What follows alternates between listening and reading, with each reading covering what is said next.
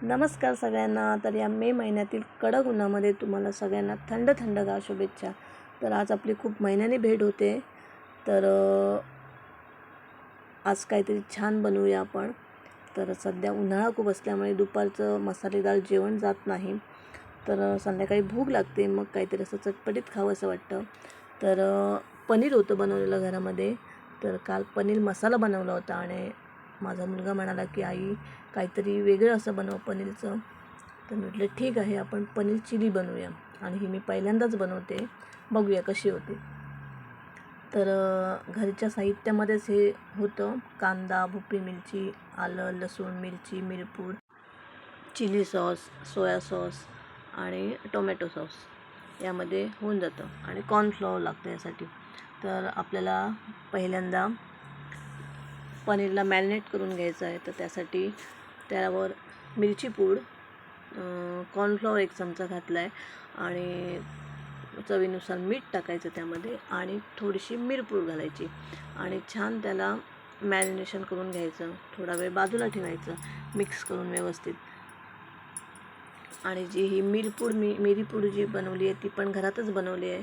घरगुती मिरी आहे आमच्याकडे, ती छान कुटून घेतली बारीक. तर छान वास सुगंध येतो.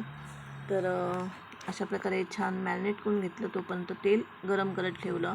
तेल गरम झालेलं आहे आपलं आणि आता आपल्याला ते भाजून घ्यायचे आहेत. तर भाजण्या अगोदर परत एकदा त्यात 1 चमचा कॉर्नफ्लॉवर घातलं, म्हणजे छान कुरकुरीत क्रिस्पी होतील ते.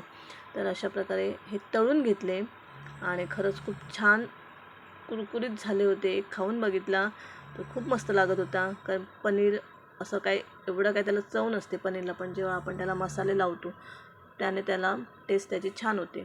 तर इथे आपल्याला कॉर्नफ्लॉवरची स्लरी लागणार आहे, ती पण तयार करून घेतली. तर आता आपण पनीर चिली बनवायला घेऊया. तर जे मी तेल वापरलं आहे पनीर तळण्यासाठी तेच तेल घेतलं. त्यात बारीक चिरलेला लसूण घातला.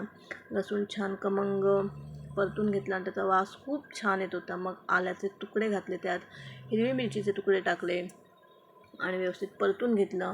आता आपल्याला त्यात मोठ्या पीसेसमध्ये कांदा चिरून घेतला, तर तो घातला. तो छान मिक्स केला आणि नंतर आपल्याला आता भोपळी मिरचीचे जे मोठे मोठे स्लायसेस केले ते घालायचे आहेत. तर भोपळी मिरचीचे तुकडे पण घातले, व्यवस्थित त्यांना मिक्स करून घेतले. आता आपल्याला आपले soya sauce, chilli sauce, tomato sauce घालायचे आहेत आणि थोडीशी मी त्यावर मिरपूड टाकली.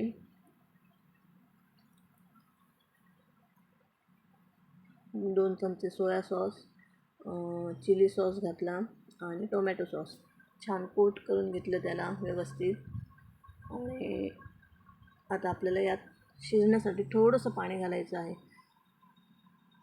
आता घरगुती स्टाईल पनीर चिली आहे म्हटलं जरा झणझणीत पाहिजे, तर थोडीशी मिरची पूड घातली त्यामध्ये आणि थोडंसं पाणी घालून शिजवून घेतलं. त्यानंतर जी कॉर्नफ्लॉवरची स्लरी बनवली ती घातली, छान परतून घेतलं आणि आता शेवटी आपले पनीरचे तुकडे, तळलेले तुकडे घालायचे. ते छान परतून घ्यायचे आणि असा काही त्याला जो सुवास येत होता, सुगंध येत होता. तर अशी हे आपली पनीर चिली तयार झालेली आहे. तर आता हे गरम गरम आपण डिशमध्ये घेऊया आणि नेहमीप्रमाणे आपला टेस्टिंग बॉय जो आहे त्याला आपण खायला देऊया.